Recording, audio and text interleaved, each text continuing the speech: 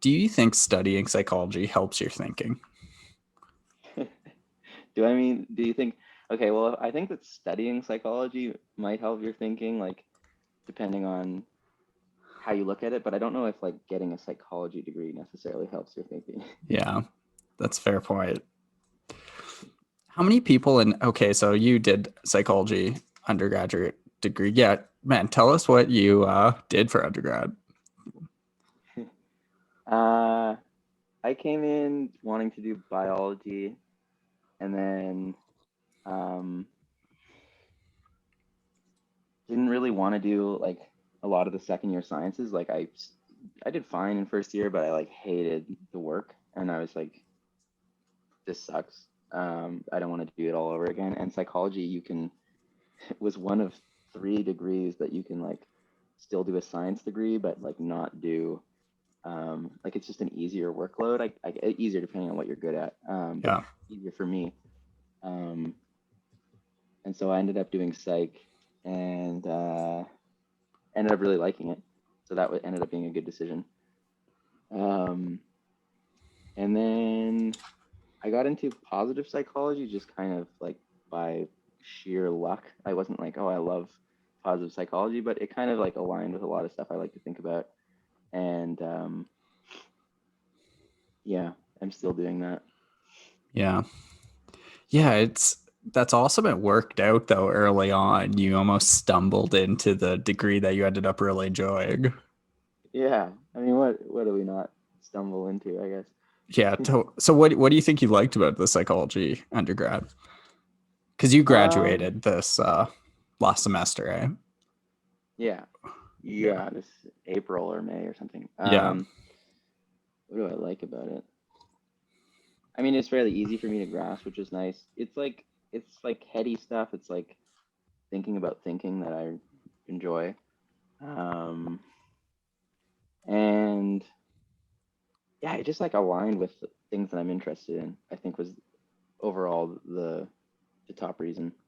Yeah. I think something now that I'm in my last class of this undergraduate degree that I think is awesome about a psychology undergrad is that you get to study like a bunch of different, fairly diverse fields.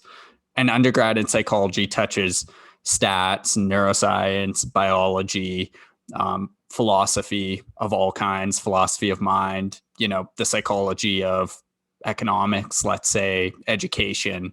So, yeah, I did a wide range of courses. And I think that's what's underrated about psychology. You can apply it to almost any field. That is a great point, actually. Yeah, Yeah. it's not one I would usually bring up, but that is a great point. Yeah. Super diverse. Yeah. But okay, so why don't you think studying psychology formally in undergraduate, like, okay, where's the value in it? Or in your opinion, do you have any ideas on like where you got the most value? Yeah, I can talk about where I got the most value. Um, I think that just like going to university, staying in a dorm, and meeting a whole bunch of people Yeah. that are into a wide variety of things, and is like the number one reason for me, which you can get elsewhere. But it was nice, and then also there's a ton of opportunity there. I think if you're interested in something to like, okay, there's like experts there who study that for a living, and if you really love it, they're there and you can go talk to them and you can Yeah. like, find a route to doing whatever it is you want to do. So that was pretty huge. And then I guess just like as a place where like you hear about something and you're like, oh, that's like kind of interesting, I'm gonna check that out. um yeah, that was probably. It's cool too on campus. They have talks, clubs, any type of club you want to get involved in, you can get involved with it. If you want to like learn how to debate, there's the debate club. Yeah, like you're saying, you can walk into any professor's office and have one-on-one chats with these highly accomplished people. There's something very valuable about that. I think so too. And I think it's like something I realized in the like only the few months that now I'm no longer a student is that when you're in the school system, like there's a ton of opportunities that are free because you're a student, you can just go do stuff. You know what I mean? And they're always offering like all this stuff that if you're just a normal person is no longer free. So that Totally. is actually a benefit. I guess even the library, like Yeah. you can get access to so much. And then when you're off campus or whatever, you try to like read something that's just like $25.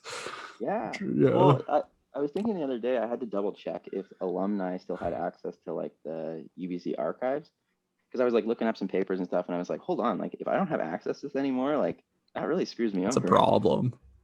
Like it's Do almost worth you? like yeah, you still do. Oh, really? Thank God. Nice. Yeah, thank God. Yeah. Sweet. But yeah, what do you think like are the most valuable skills you developed during your undergrad? Skills. I haven't thought a lot about skills. That's a good point though. I guess I mean like writing. Like writing is important for everything. And Totally. so like, I thought I was a good writer when I left high school. Um, and it was kind of like, no, you actually have to work on it. Like you can't just like be doing what you thought you were doing because it's pretentious and it's not that good. You kind of like get knocked down and you're like, okay, I genuinely have to work at this. And then when you do that over and over and over, and it's like, okay, now I have some competence. Um, yeah, I guess specific skills is an interesting question. I think more about like the big the big abstract stuff, like, but It's yeah, I mean, I think researching might be a bit more abstract, but just being able to put together a coherent paper argument, it's writing, but it's also gathering all this info together and like putting it together. I found that pretty valuable. And before uni, I didn't ever do that very much. I don't think I had that skill. no, like it was definitely something we were asked to do, and I did like the bare minimum of it, but like actually like doing comprehensive research is like a task, and so you realize like what it takes and like how good it can be, and then you can do it, which is like really cool. Yeah. Do you think you messed up anywhere? Or if you could go back to your younger self and tell them something, like what knowledge would you drop on them? I mean, I feel like it's a very cliche thing to be like you should really have like gotten out there a bit more. Um, but it definitely was the case. Like you never really can do like take on too many new experiences and meet too many new people and like pursue too many paths. Like it's just really not the case. And like Yeah. I think in first year, like it just wasn't. I don't know. It just didn't occur to me to do that kind of stuff. I was like everybody is like either scary or like whatever, and I don't want to go do that stuff. And so like I'm just gonna kind of play it safe. And I think it would be well worth not doing that. Yeah, like getting out there if you want to try something, like constantly pushing yourself out of your Yeah, comfort zone. absolutely. What would you say? I'm Yeah. interested. Yeah. So, like, for me, coming back when I was, I think, 22 when I started up undergrad. Yeah. Yeah. 22 or 23. I did well on approaching my classes. Like, I did never slack, or I messed up a few classes, but it was mostly because of burnout and like trying too hard and not like slacking on them. So I got a lot out of the coursework.